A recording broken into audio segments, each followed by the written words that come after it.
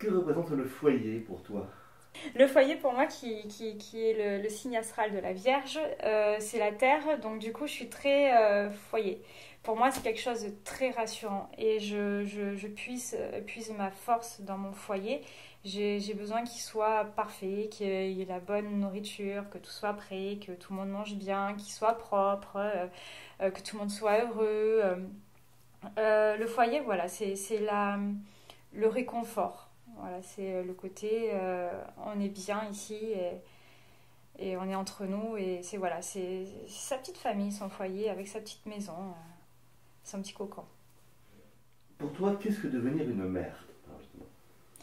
Pour moi, devenir une mère, c'est avoir une responsabilité. Alors déjà, c'est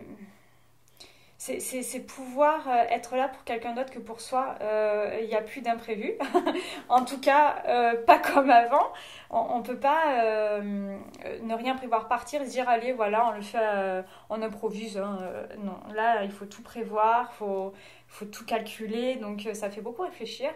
Euh, c'est pouvoir transmettre.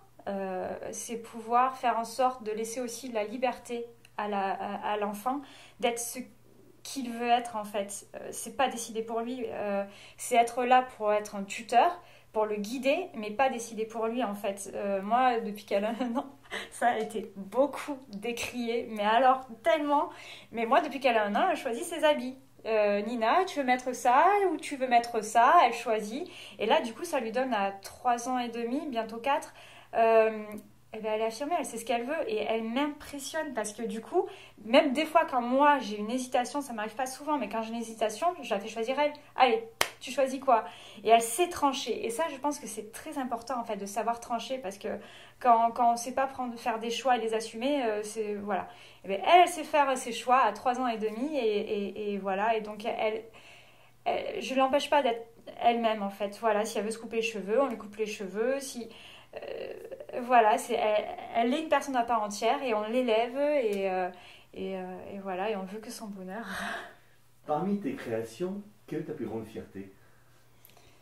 Ça pour moi c'est direct la réponse. Ma plus grande fierté c'est ma fille. C'est pas vraiment une création en tant que telle, mais vous n'imaginez même pas la fierté d'avoir une petite fille et de la voir s'épanouir, de la voir grandir, de, de pouvoir lui apporter quelque chose parce que en fait c'est tellement de responsabilité, on ne sait pas comment doser, est-ce qu'on fait trop, est-ce qu'on fait pas assez, est-ce que et finalement c'est se dire waouh, quand on regarde son enfant en fait on le trouve ou on la trouve merveilleuse et voilà ma fierté c'est vraiment ma fille.